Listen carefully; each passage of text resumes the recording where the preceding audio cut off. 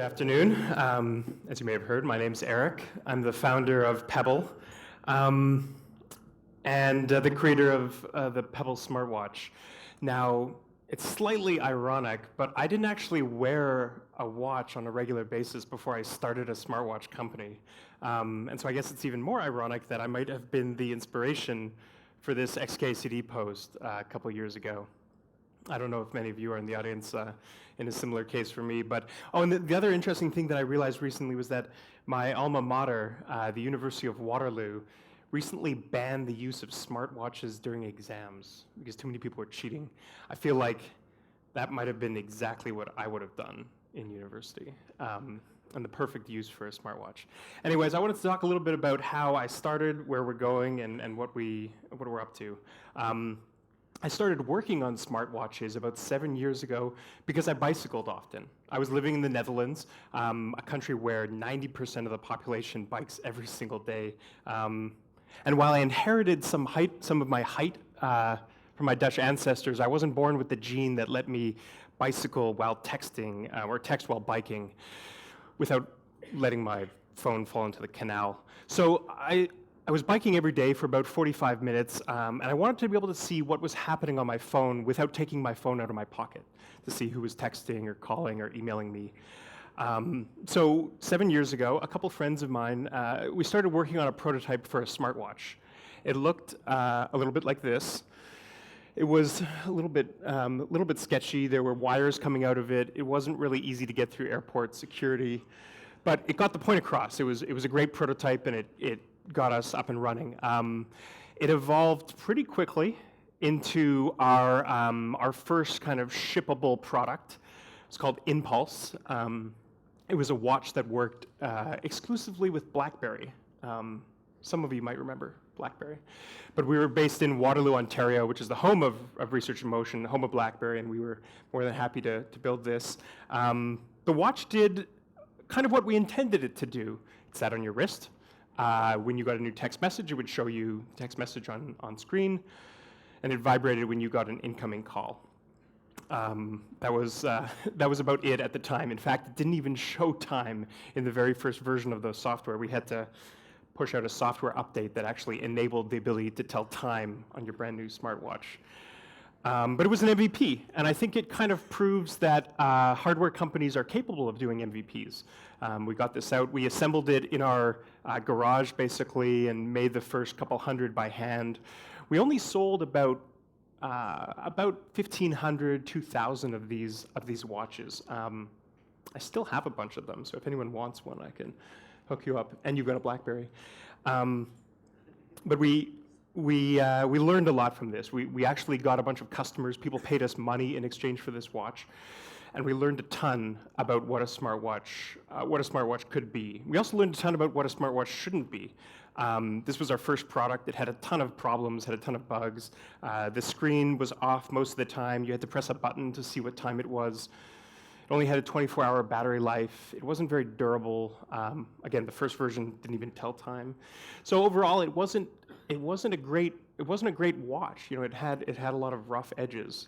But we learned from that. We learned a lot. And in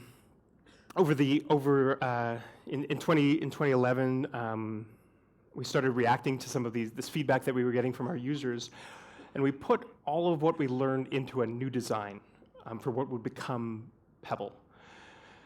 We redesigned it from the ground up to support apps. We added an e-paper screen. We added a 7-day-long battery life. We made it work with iPhone and Android, as we heard that those were kind of the new platforms on the block. And we built this product. We tried the traditional route of raising money in late 2011, early 2012. We tried to raise money from venture capitalists. We were based in Silicon Valley. We had the backing of Y Combinator, but we were still unable to do it. We just couldn't raise money. So with $60,000 left in the bank account, we turned to kind of the last resort. Now it's the first resort for a lot of people, but it was the last resort at the time. We launched our product on Kickstarter. And it was incredible. It was an incredible moment in my life because we were a company of 3 people at that time. We had the design for this new product, and we really had to kind of publish it to the world in order for it to gain traction. We were expecting to sell about 1,000 watches and to raise $100,000 on Kickstarter, but in the span of 30 days, we raised $10 million from 65,000 people around the world. It was incredible. I remember the moment. There's not too many times in your life when you could remember exactly when your life changed, but that was it for me. Since then, we've grown the business a lot. We've sold over 1 million Pebble watches. But the question still stands. What's up with smartwatches? Why are people buying them? Are people buying them? And why should you care? And the answer is quite honestly, they're not for everyone. You know, it's probably a little bit weird for me to be saying that, but smartwatches aren't for everyone, at least not today. Seriously, they're just not the perfect all-around product. But for a couple people, we've discovered, for a couple groups of people, large groups of people, they are extraordinarily useful. We've dived into the data, we've talked to users, and we've seen 3 groups emerge from our population, from our user groups. The first one are people who love to be connected, people who just can't stand to not be on top of the latest thing. They use Pebble as basically their 6th sense. They get a sense for what's happening on the internet with a little buzz on their wrist. They stay in touch with people on Facebook, on social networks. If you're monitoring a server, it's awfully nice to know if it goes down. These are people who love to stay connected. The second group of people are health and fitness conscious folks. Pebble has a bunch of great apps that count your steps, count your activity, swimming, hiking, biking, cycling. There's tons of different activity tracking apps available for Pebble. And the third group of people is actually an inverse of the first. They're people who actually want to disconnect. They love their phone, they keep it in their bag, they keep it in their pocket, they don't take it out as often. They use Pebble to stay in touch with 1 or 2 people that they care about, almost like a lifeline that's directly to 1 or 2 other people. They use Pebble so that they can ignore their phone on a regular basis, but still stay in touch with the 1 or 2 people that they care about.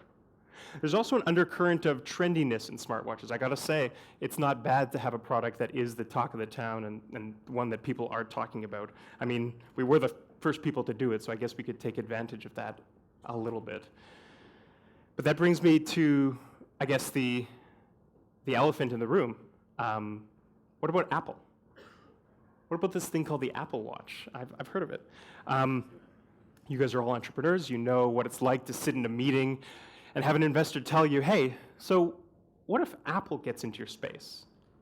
What are you going to do if Apple makes a watch? So I faced that question for the first 6 years of the startup. And I answered it with all kinds of mumbo jumbo about, well, you'd basically say whatever you could to raise money. But I'm living, breathing proof that it's possible. The rumors of Pebble's demise are dramatically overstated. In the last 1 year since the Apple Watch was announced, we've actually doubled the number of Pebbles out in the world. I think the question still stands. Why do people choose Pebble, or why would anyone choose Pebble over the Apple Watch? And I'm slightly biased, but I'll take a stab at answering that question. In my mind, it's pretty simple. Apple is building the Tag or the Rolex of smartwatches. We're more like the Swatch of smartwatches. We make a good product. It's solid, it's cool, it's useful, it's functional, it's affordable, it's colorful, creative. It's got a bit of an attitude to it. I mean, it's so affordable you could probably buy 2 for the price of 1 Apple Watch. But in reality, the thing that I think differentiates us right now is the way in which we launched our product and how we got it out into the world. It's the community that's been built up around Pebble. There's 1 million+ people who use it around the world, and there's an extremely active user base. Both in the developer side, there's 30,000+ developers who have created thousands and thousands of different watch faces and apps for Pebble. Take Pebble Time Round, for example. This is our latest watch. It's thinner and lighter than any other smartwatch in the world. It comes in a variety of different shapes and different sizes. But at the end of the day, it's still very much a Pebble. As I mentioned, there's 10,000 apps and watch faces that have been created for it. And it's got a certain, I think, a different look and a different feel than many of the other watches on the market. From a hardware perspective, we've also taken a different path and a distinct difference than the Apples and the Googles of the world, where they're trying to use a smartphone operating system and slim it down and shrink it down to fit on the wrist. We instead have built an operating system from the ground up to be designed specifically for the wrist.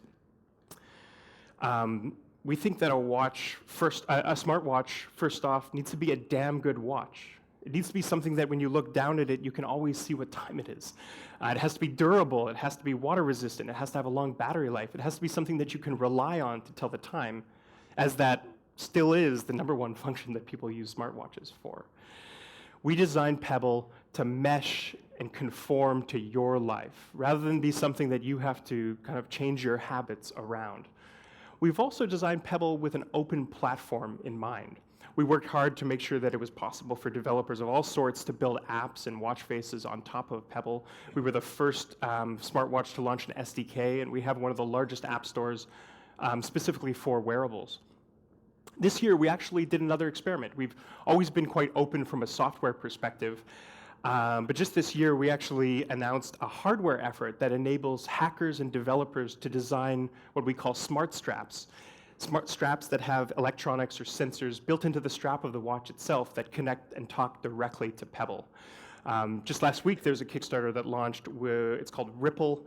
It's a solar-powered strap for Pebble. It captures electricity into the strap, and if you wear it, you don't really even have to take the watch off and charge it. It just works. We did this because we trust our community. We think that, as a small group of individuals that are working on this, it's up to us to create a platform on which other people can build on top of.